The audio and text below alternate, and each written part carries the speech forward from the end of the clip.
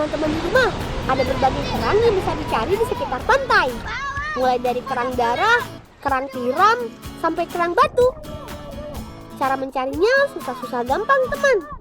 Kita harus jeli dan sedikit menggali pasir pantainya. Kerang memang biasa hidup di daerah yang berpasir dan kadang berlumpur. Karena ombak pantai cukup kencang, kita cari kerangnya di tepi pantai saja ya. Semangat banget kawan-kawanku ini. Pasti sudah pada nggak sabar buat mengolahnya, ya kan?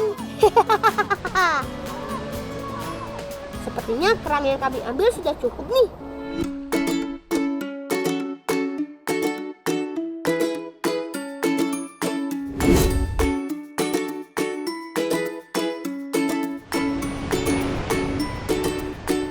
Yuk teman, langsung saja kita olah. Walaupun memasak di alam, bumbu yang dipakai harus lengkap dan banyak, biar rasanya nikmat dan kita jadi lahap.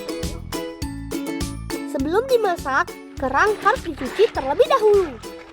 Kerang yang masih hidup dan segar, hanya yang masih tertutup rapat seperti ini. Sambil menunggu kerang bersih, kami berbagi tugas agar cepat selesai. Giliran Kiki dan Najwa membersihkan dan memotong semua bumbu. Beberapa bumbu akan kami biarkan berupa potongan kecil-kecil dan sebagian lagi akan kami haluskan agar bumbu meresap ke dalam daging kerang. Giliran Niko dan Zio siapkan api. Kami memerlukan api yang cukup besar dan arang yang cukup panas. Makanya kami sengaja mencari kayu yang memiliki batang keras agar api bisa menyala lebih lama. Nah, ini dia bumbu yang mau dihaluskan. Menghaluskan bumbu di alam bukan masalah buat kami. Tinggal dimasukkan ke dalam bambu, lalu ditumbuk deh. Keren kan cara kami? Bumbu tetap bersih dan kami tidak perlu repot-repot bawa ulekan yang berat dari rumah. Non, para lah. Yelah, gimana aja?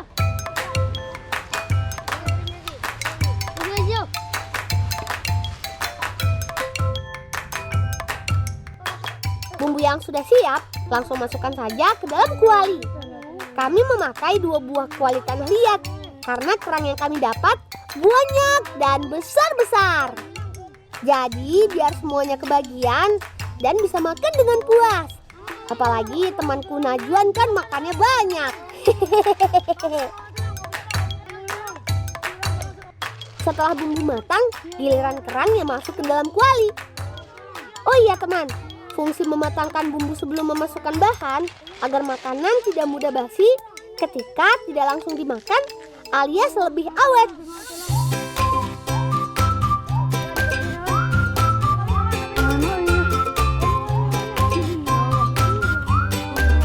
Makan siang hari ini belum lengkap nih tanpa nasi atau sumber karbohidrat yang lain.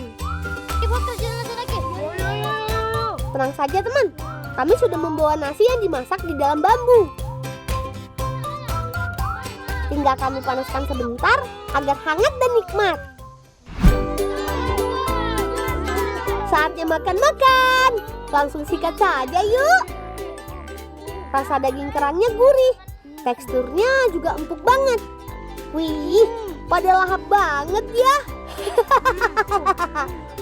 Kerang yang lezat ditambah makan di tepian pantai yang cantik jadi terasa semakin nikmat.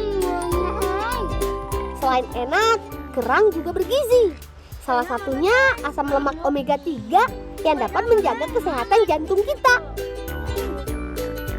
Perut kenyang berarti kita siap membolang lagi teman. Berangkat!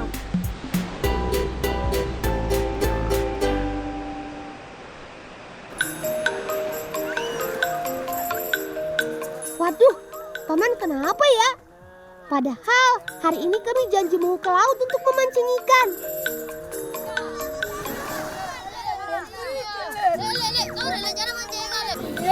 Kita belum kok.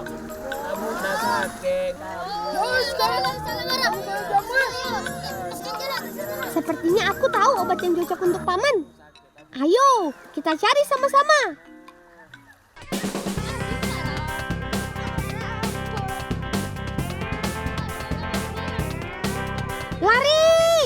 pohon obatnya sudah dekat. Duh, kok aku lupa-lupa ingat ya? Sepertinya ada di sekitar sini. Hindi, pohon hilang. Ini mau ya? Oh, pohon. Ayo, kita ke sana. Nah, ini dia pohonnya. Bernama pohon nimbo. Ada segudang manfaat untuk kesehatan kita. Ang ikulang, pohon hilang. Sorry, ayah, bukan ayah. Main haus lang. Dah aku sing mene engko pupon.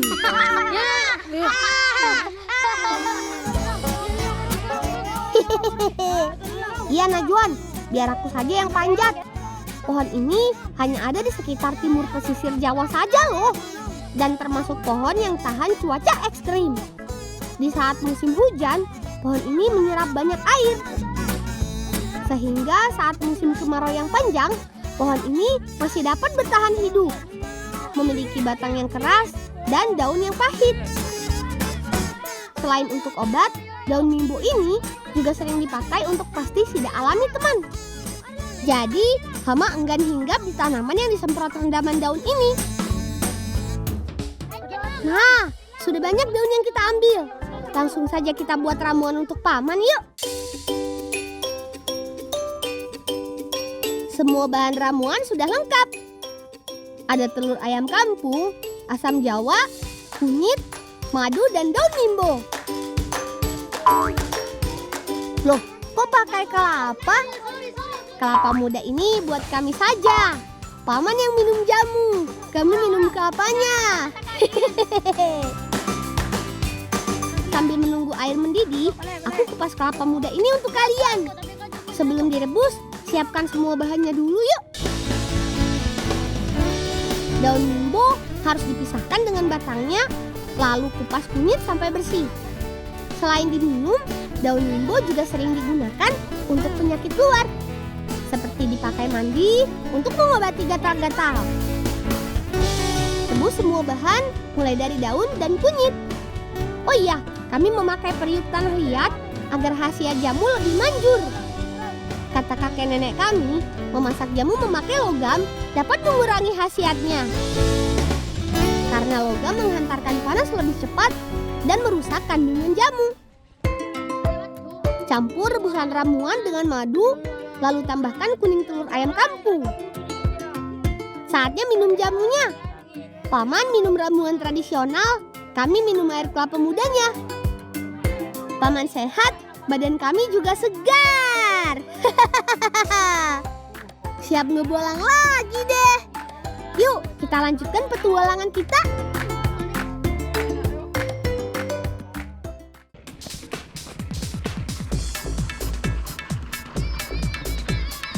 Wah, ada gerandong. Ayo, kita menumpang. Ayo lang, naik lang. Yaps, alat transportasi ini sering digunakan warga desa kami untuk melewati jalan yang susah dilalui. Kebetulan ada warga yang menyewa dan melintas, jadi kami sekalian menumpang deh. Perjalanan ke pantai dijamin lebih cepat dan hemat tenaga. Selain untuk membawa manusia, gerandong ini sering dipakai untuk mengangkut kayu hutan atau hasil bumi yang lain. Ditemani pemandangan yang indah, perjalanan kami jadi sempurna. Gas terus, Paman!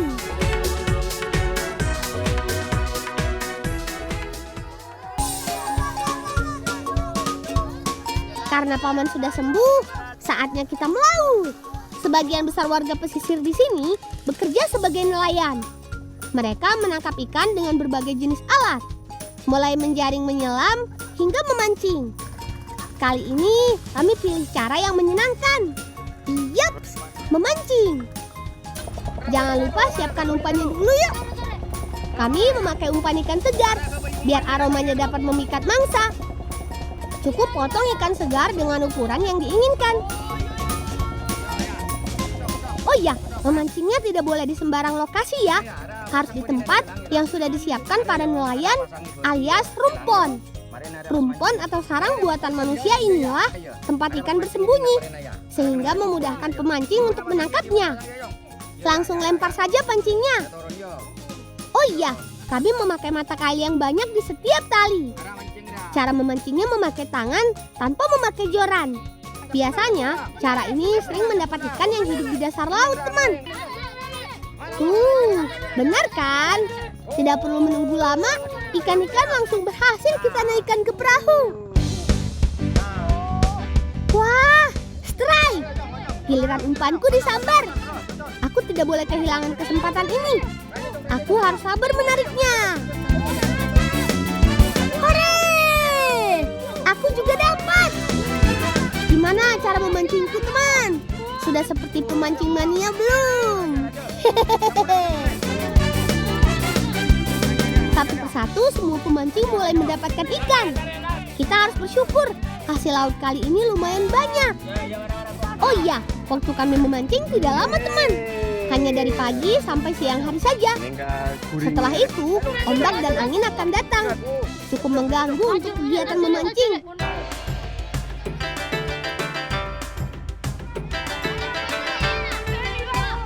Ikan segar hasil tangkapan sendiri ini akan kami masak menjadi makanan khas Situbondo, ikan asap. Nah, ada Vira dan Ninda yang sudah menyiapkan bumbunya. Tugasku seperti biasa, membersihkan semua bagian ikan dengan sahabatku Najwan. Bersihkan bagian dalam ikan dengan cara dibelah menjadi 2. Jangan lupa buang bagian insangnya juga ya. Membersihkan ikan jadi kunci utama ikan asap, agar ikan lebih awet dan tidak pahit ketika dimakan. Proses pembusukan daging ikan berasal dari organ dalam. Jadi harus benar-benar bersih ya. Agar ikan asapnya lebih nikmat, kita siapkan bumbu olesannya yuk. Bumbu harus diulek sampai halus agar mudah meresap ke daging ikan. Tusuk ikan dari bagian kepala sampai ekor. Pastikan sampai mengenai tulang bagian ekor ya teman, agar tidak patah atau hancur ketika diasap. Nah, ini proses yang paling lama. Berbeda dengan memanggang ikan yang memakai panas api untuk mematangkan ikan, mengasap hanya memakai asapnya saja. Jadi, perlu waktu yang lumayan lama. Kami sengaja memakai gentong ini agar asap fokus ke daging ikan. Kalau tanpa gentong ini, asap akan menyebar ke samping, tidak ke bagian daging.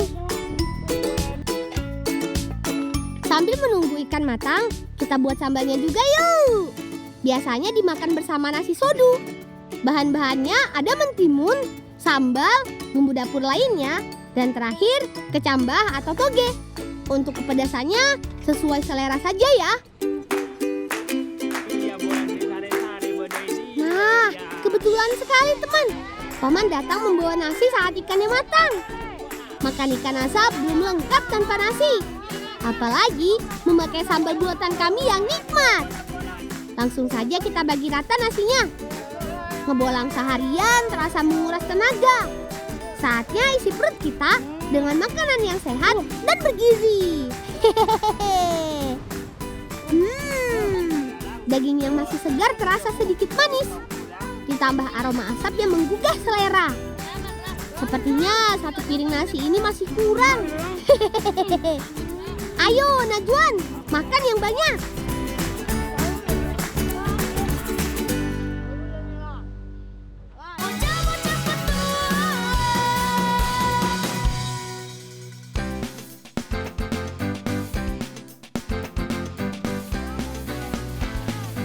Ayo, bantu kakak dan paman panen jagung.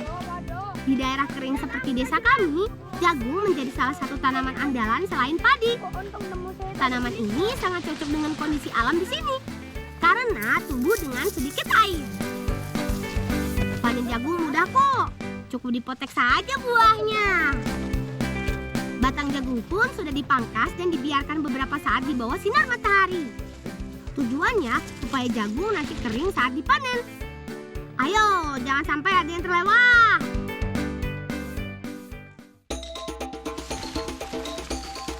Asik, lumayan juga ya hasil panen musim ini.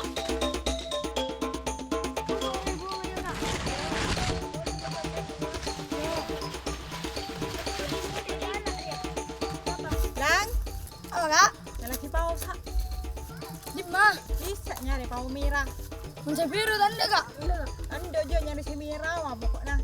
Ren, paling mbak ngandung tengku minta pause berna merah tanda kasih biru. Ya coba aja mau tahu Dil. Marah-marah dia tepak keluar yang kesih keluar. Nggak mau.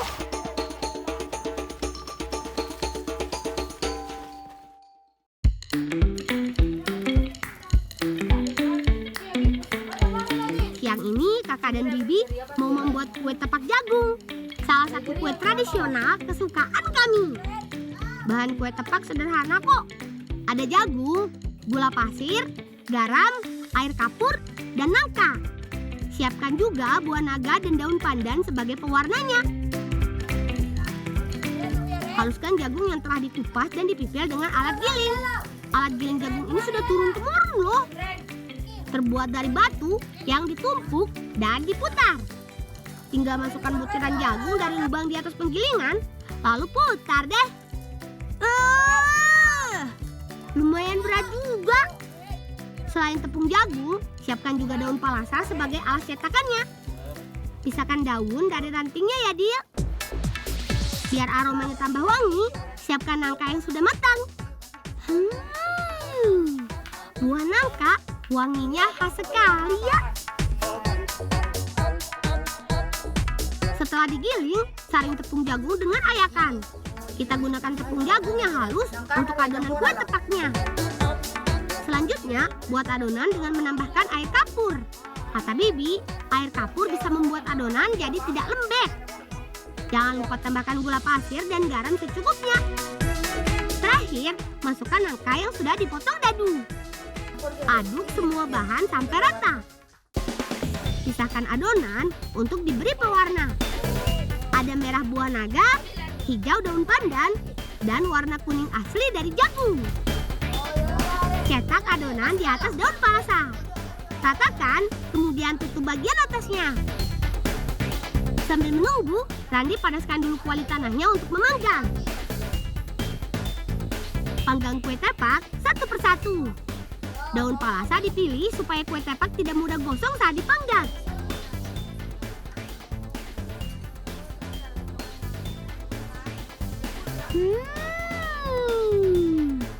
Wanginya sudah semerbak kemana-mana. Bikin perut makin keroncongan.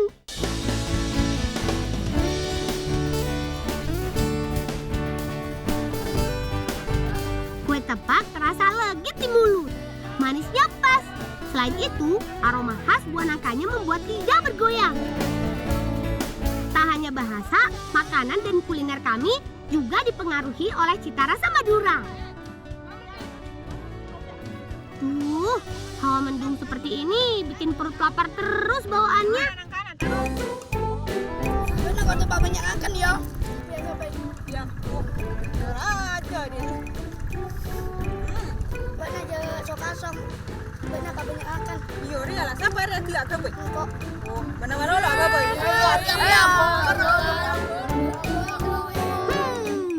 Fadil jadi aneh. Gak biasanya dia perhatian banget sama kakaknya.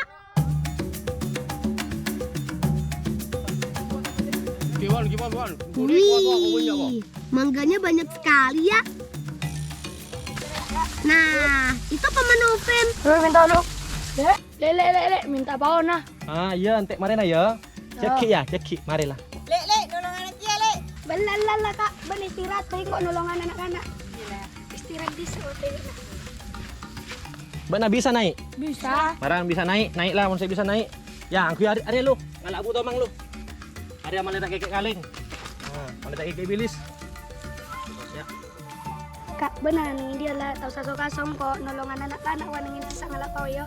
Yelah, kok ngadi apa ya? Ya.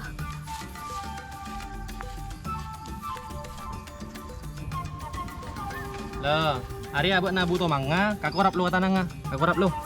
Kakorap. Kak. Apa ni? Nah, pas tak bisa ngai fungkana. Tak fungkana.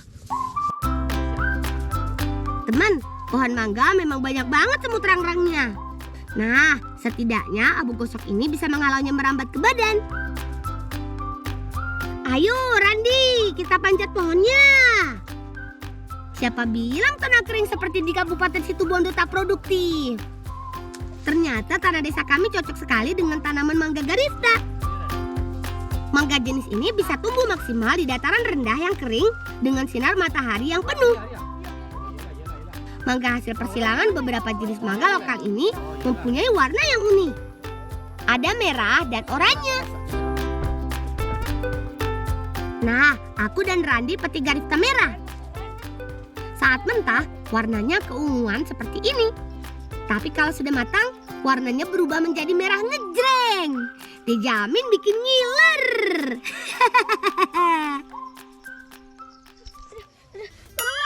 Kaki kaling, Mang.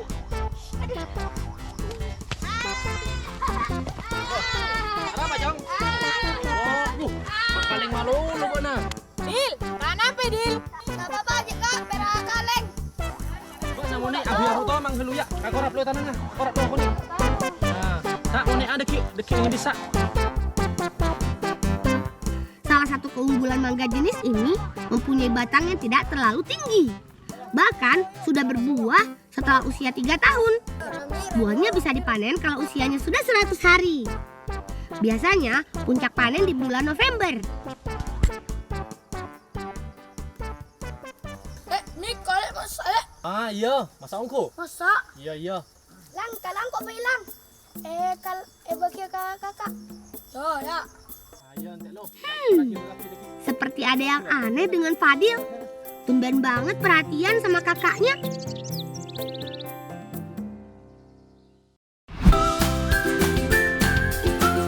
Hayo, siapa yang gak doyan mangga? Kayaknya semua orang suka deh ya. Nah, berikut cara asik makan mangga ala si Bolang. Pertama, mangga pisang. Dari namanya saja, pasti tahu dong gimana cara makannya. Yap, kupas kulitnya seperti makan pisang. Langsung gigit deh buahnya.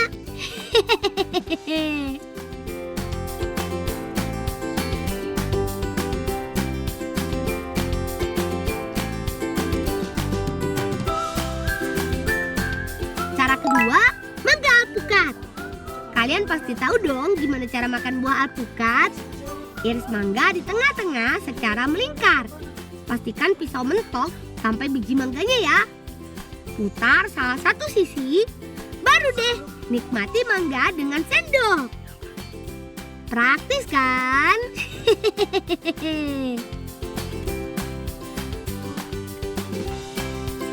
Terakhir, mangga Garifta. Belah salah satu sisi buah mangga, kemudian garis kotak-kotak. Tekan kulit buahnya, dan ya, buahnya mekar berbentuk dadu. Tinggal gigit deh. Swager. Gimana? Kalian mau pakai cara yang mana?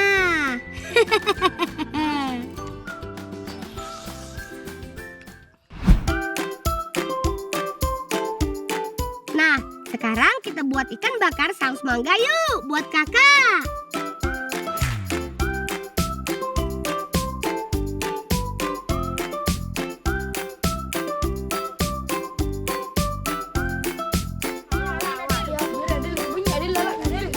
Makan spesial kita bakal spesial banget nih.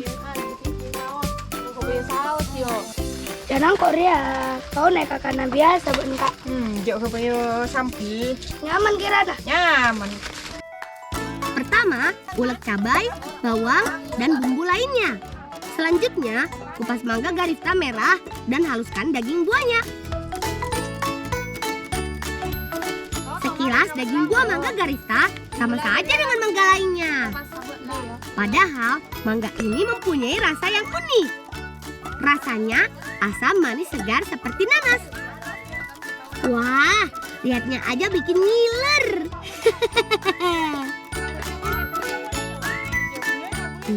Hari ini banyak sekali lalat mendekat. Jaga terus ya, Dil. Kalau sudah halus, campurkan daging mangga ke dalam bumbu. Aduk sampai merata. Bahan sausnya sudah siap. Ayo, kita masak.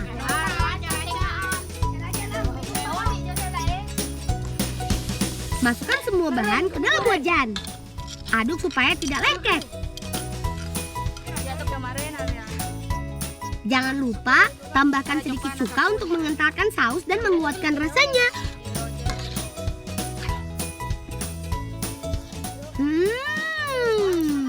Wangi sekali aromanya.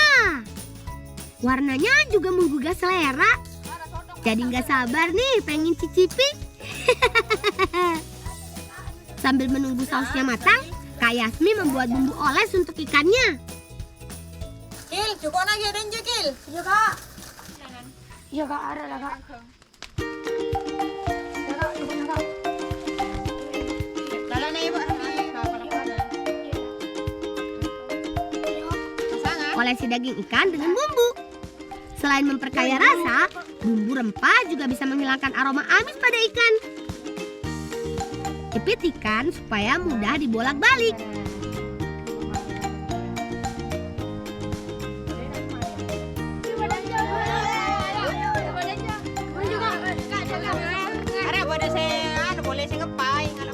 Panggang ikan menggunakan bara api supaya daging ikan matang sempurna.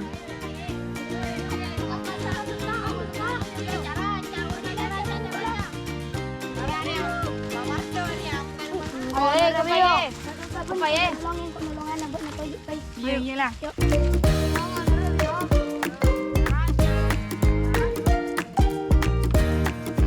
Wah, baik sekali Fadil. Nggak mau kakaknya kecapean. Satu sisi sudah matang. Ayo bolak-balik ikannya. Daging ikan mempunyai tekstur yang lembut, jadi nggak perlu waktu lama untuk memanggangnya. Harumnya. Tengku jeram, masak lah. Masih masak.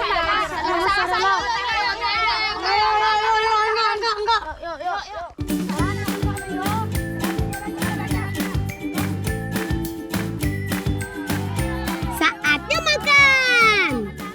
Ikan bakar saus mangga sudah siap disantap.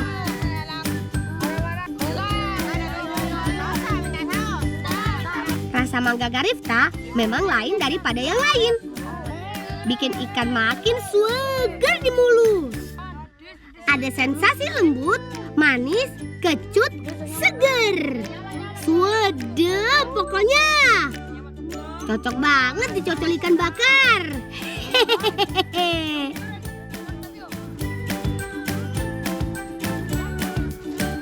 Kak, nyaman jam belum? Nyaman. Mana ambil lah sing indam. Bosan, bosan nyidam. Mana mau minta bau dulu bro? Yang wajib seneng makan pau. Jangan makan pau, malus kak oleh. Bawa jangan kok mana mengidam.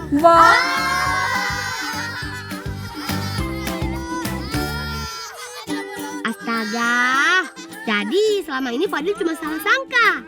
Pantesan, kok tiba-tiba jadi perhatian gitu sama kakaknya.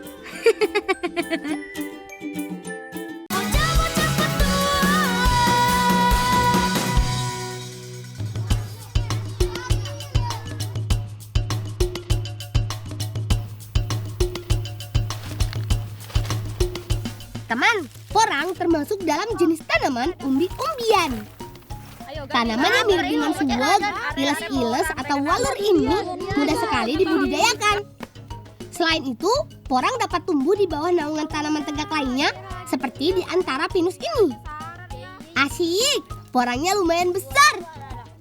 Eits, tapi hati-hati ya, pakai alas saat memegangnya. Porang mempunyai getah yang bisa membuat kulit kita gatal. Ayo kita kumpulkan.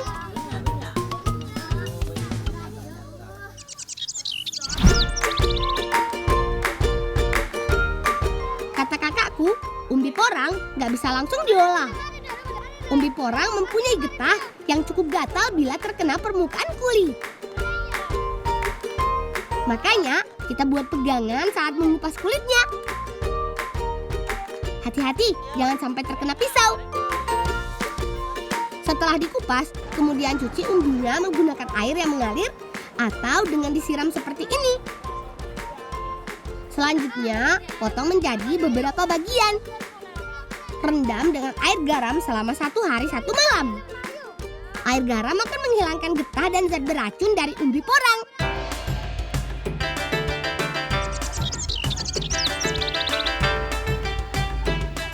Teman-teman, siang ini kami mau membuat jajanan pasar bernama lemet.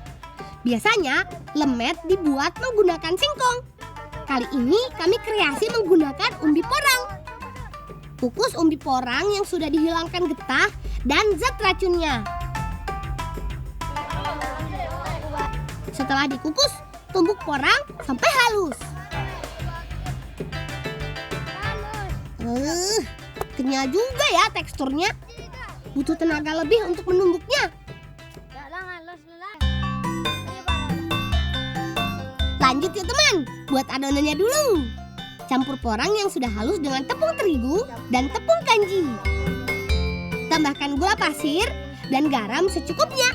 Uleni semua bahan sampai tercampur rata. Sambil menunggu adonan kalis, jangan lupa siapkan isian lemetnya. Kak Linda sudah menyiapkan durian dan nangka. Aromanya wangi.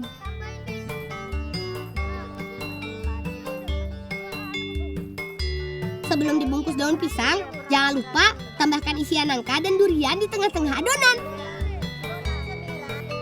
Gulung, kemudian lipat bagian ujung daun supaya adonan tidak membleber keluar. Kukus deh sampai matang.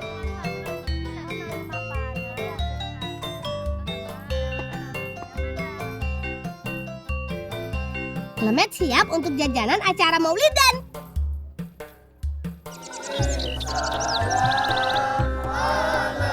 Teman, setiap daerah di Indonesia mempunyai tradisi untuk memperingati Maulid Nabi Muhammad SAW. Dan yang paling ditunggu-tunggu, ya rebutan ancaknya. Wih, lemetnya legit dan manis. Ayo habiskan. Sampai bertemu di petualangan seru selanjutnya. Salam bocah petualang.